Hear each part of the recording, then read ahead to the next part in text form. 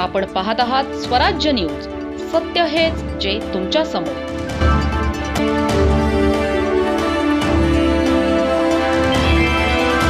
चोपडा शहरात राष्ट्रवादी काँग्रेस पक्षाच्या वतीने स्वर्गीय उपमुख्यमंत्री अजितदादा पवार यांची जयंती उत्साहात साजरी करण्यात आली. या कार्यक्रमात स्वर्गीय अजितदादांच्या प्रतिमेला पुष्पहार अर्पण करून अभिवादन करण्यात आले. यावेळी त्यांच्या कार्याचा आणि जनतेप्रती असलेल्या बांधिलकीचा गौरव करण्यात आला. अनेक कार्यकर्त्यांनी त्यांच्या आठवणींना उजाळा दिला.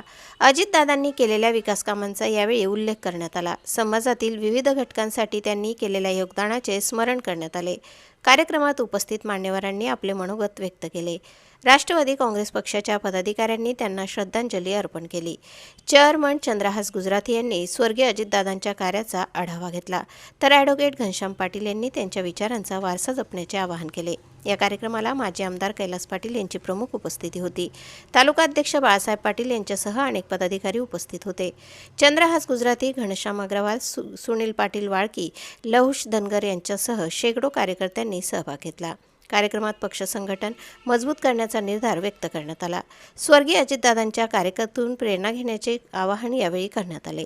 जयंतीनिमित्त वातावरणात उत्साह आणि भावनिकता पाहायला मिळाली.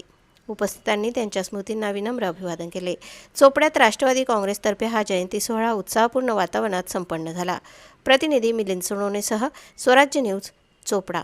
जवळजवळ 8-10 दिवस महाराष्ट्रावर शोककळा पसरलेली होती. एवढं घरातलं दुःख झालं.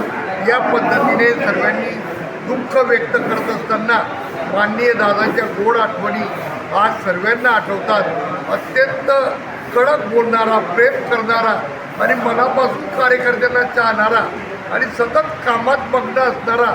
ज्या दिवशी ॲक्सिडेंट झाला दादांचा, त्या दिवशीसुद्धा ते फायली चाळत होते. त्यांच्या अवतीभोवती कागद पडलेले होते. एवढे लोकांची निवेदनं, त्यांना हजारो निवेदनं यायचे आणि त्या सर्वांना दादा उत्तरं देत होतो.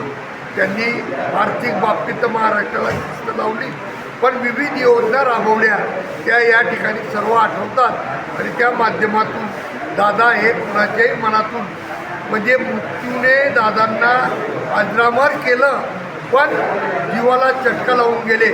असं हे नेतृत्व हरपल्यामुळे आज महाराष्ट्राला अत्यंत दुःख होतं आहे. पण त्यातल्या त्यात सरकारने एक जाणीव ठेवून, एक आठवण ठेवून त्यांची जयंती, शासकीय जयंती साजरी करण्याच्या